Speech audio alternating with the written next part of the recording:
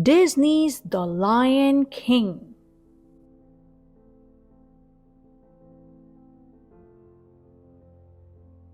The animals came from far and near, across the dusty African plain. They came on padding paws and pounding hoofs and flapping wings. Each beast, from the tiniest ant to the largest elephant, made its way to Pride Rock, for that was the home of the Lion King, and this was a special day in the Pride Lands. Today, Simba, the firstborn cub of King Mufasa and Queen Sarabi, would join the great circle of life. The animals took their places and bowed to King Mufasa. Then Rafiki, the wise baboon, stood at the edge of Pride Rock and held up the little cub for all to see. A great cry rose from all the animals. The elephants trumpeted, the zebras whinnied, and the birds sang for joy at the sight of Simba, the future Lion King. But one animal did not join in the joyous ceremony. Scar, the king's jealous brother, stayed in his den. Later, Scar just laughed when the king's advisor, Zazu, the hornbill, criticized him. Then the evil lion popped the burr into his mouth. Scar would have eaten Zazu if Mufasa hadn't come along just in time. Zazu wiped his feathers off and scolded. As the king's brother, you should have been first in line at Simba's ceremony. Scar's green eyes gleamed. I was first in line until the little hairball was born. That hairball is my son and your future king, Mufasa growled. Scar slinked away. Don't turn your back on me, Mufasa warned. Scar looked back over his shoulder. His eyes narrowed. Perhaps you shouldn't turn your back on me. Simba grew quickly. One morning, Mufasa took his son to the top of Pride Rock and told him, "The circle of life never stops turning. One day, the sun will set on my time as ruler and rise with you as king. Then everything the light touches will be yours." "What about that shadowy place?" Simba asked.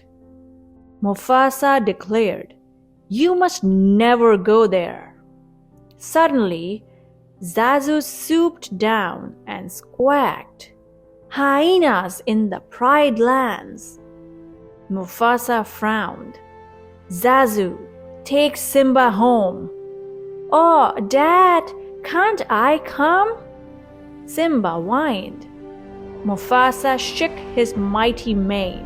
Fighting savage hyenas was no job for a cub. Later, Simba asked his uncle Scar about the shadowy place. An evil plan formed in Scar's mind. Only the bravest lions go to the elephant graveyard, Scar told him.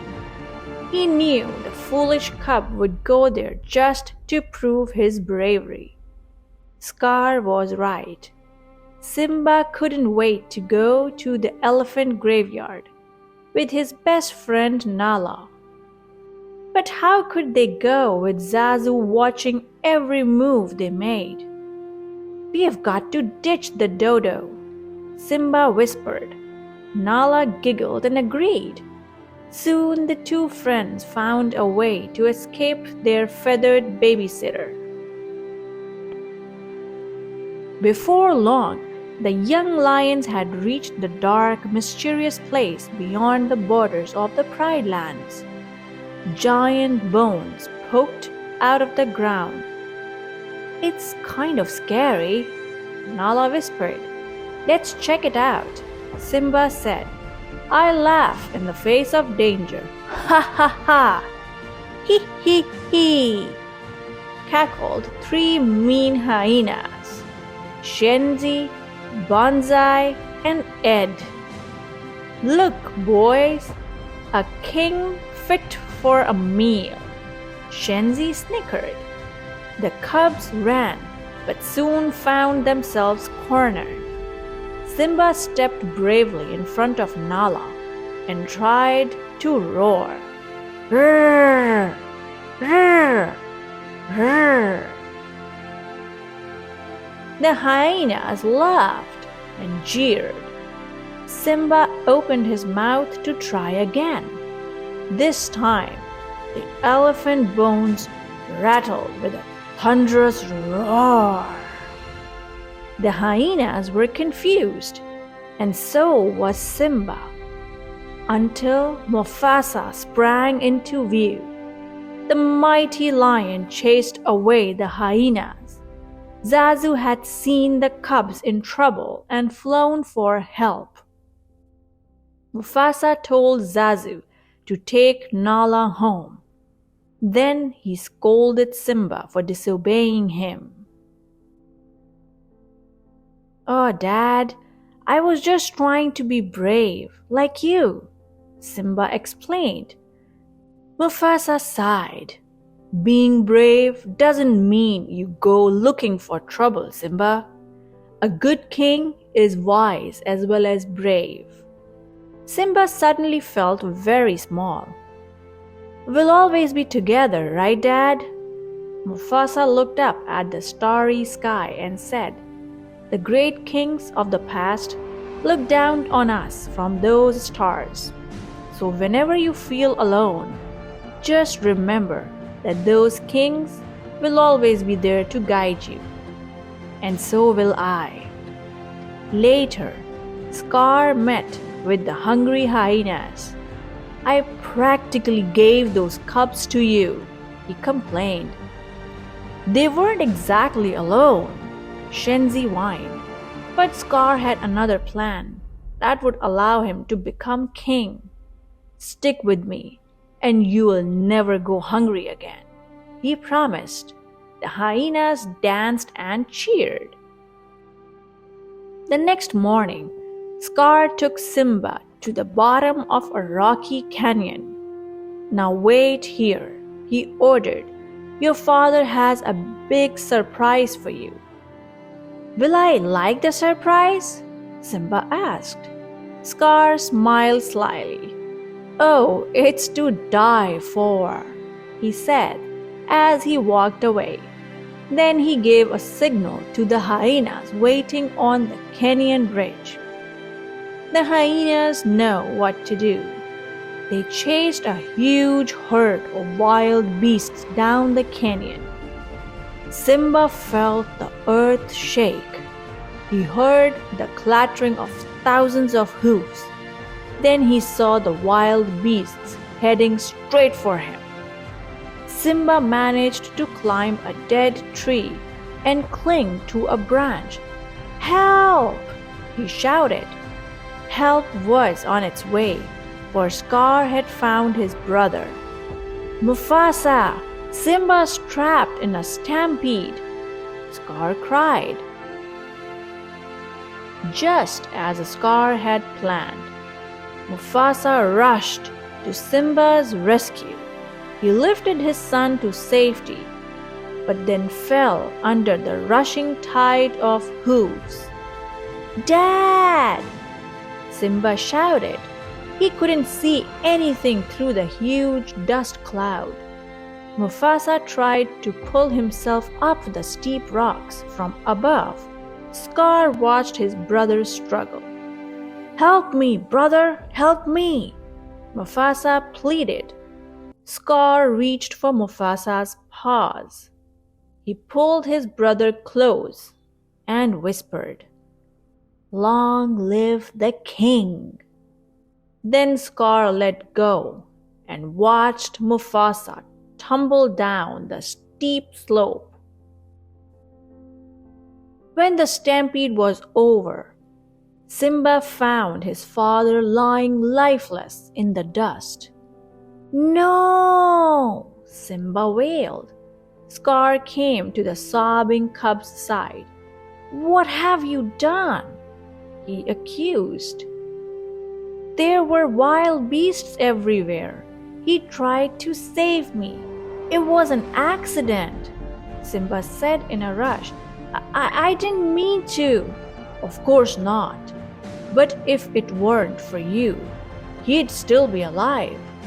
"What will your mother think?" Scar demanded. Simba looked stricken. "What should I do?" "Run away," Scar advised. "Run away and never come back." Scar watched Simba run. Then he sent the hyenas after him. The hyenas chased Simba to the border of the Pride Lands. The cub dived into a thicket of thorns at the edge of a great desert. The hyenas looked at the sharp thorns, then at the desert. "The cub won't last a day out there," Shenzi declared. Simba ran until he could run no more. The thirsty cub collapsed on the sand. Vultures circled him hungrily. But Timon, the meerkat, and his fat friend, Pumbaa, the warthog, chased away the vultures. Simba woke up in their jungle home. "Where are you from?" Timon asked. Simba sighed. "It doesn't matter. I can't go back." "What did you do, kid?" Pumbaa wondered.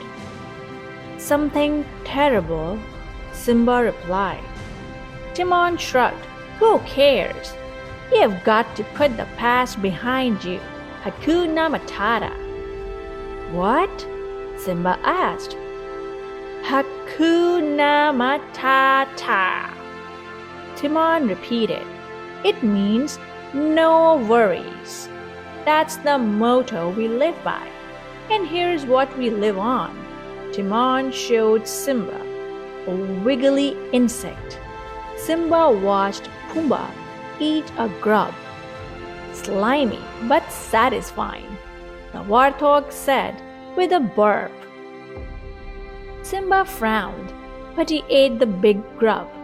Then the cub smiled and said, "Hakuna Matata." In the months that followed, Simba ate many grubs and grew into a full-sized lion. Most of the time, he was happy with his friends Timon and Pumbaa. Yet, he missed his mother and often thought of his father. One night, as they gazed up at the stars, Simba remembered what his father had told him. He wondered if the great kings of the past really were looking down from those stars. Simba felt very alone. The next day, Simba heard Timon scream. The young lion raced to the rescue.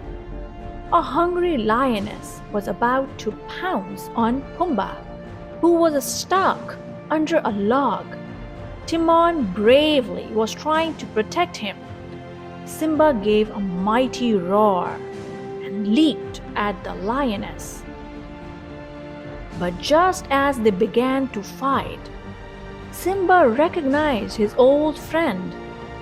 "Nala?" He gasped in disbelief.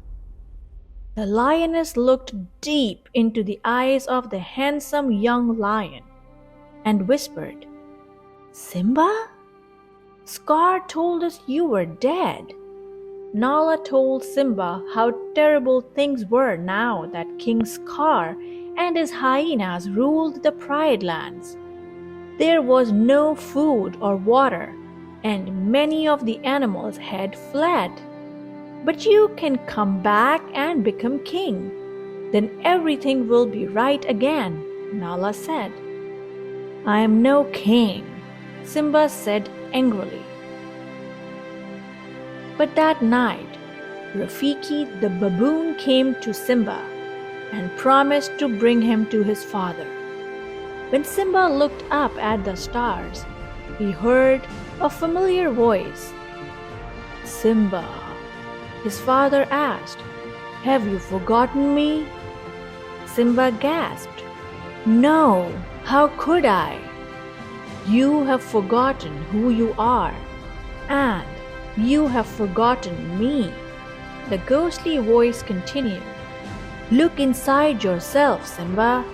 You are more than what you have become. You must take your place in the circle of life. Simba knew his father was right. His friends returned with him to the Pride Lands. Back at Pride Rock, King Scar was angry with Sarabi for not finding food. Suddenly, Scar heard a great roar. He couldn't believe his eyes. Mufasa?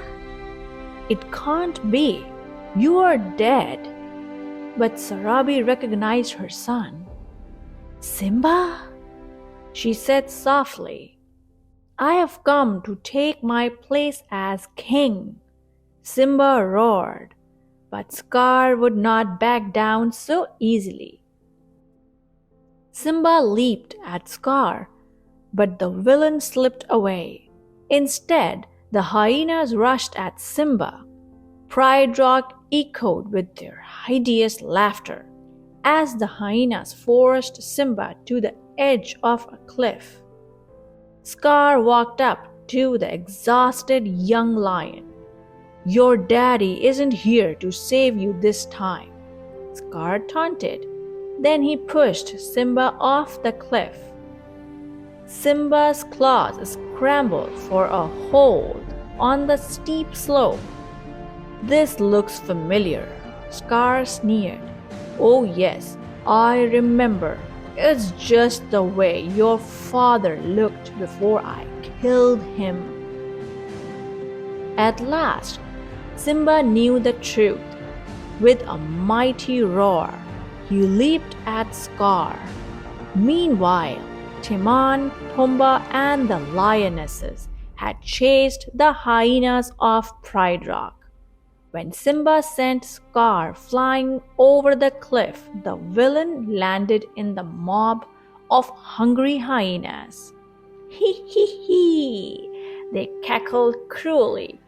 Finally, they had a meal fit for a king, or a king fit for a meal. Simba thanked his friends. Then he walked to the top of Pride Rock. His roar echoed through the Pride Lands. The rightful king had taken his throne. The plains were soon lush and green again. The animals returned, and the hunting was good once more. Simba knew that a king must have a queen, so of course he chose the beautiful Nala. Before long, the animals again came from far and near across the dusty African plain. This time, they came to greet the firstborn cub of King Simba and Queen Nala. Wise old Rafiki stood at the edge of Pride Rock and held up the cub for all to see. The elephants trumpeted and the zebras whinnied for joy as the future Lion King joined the great circle of life. The end.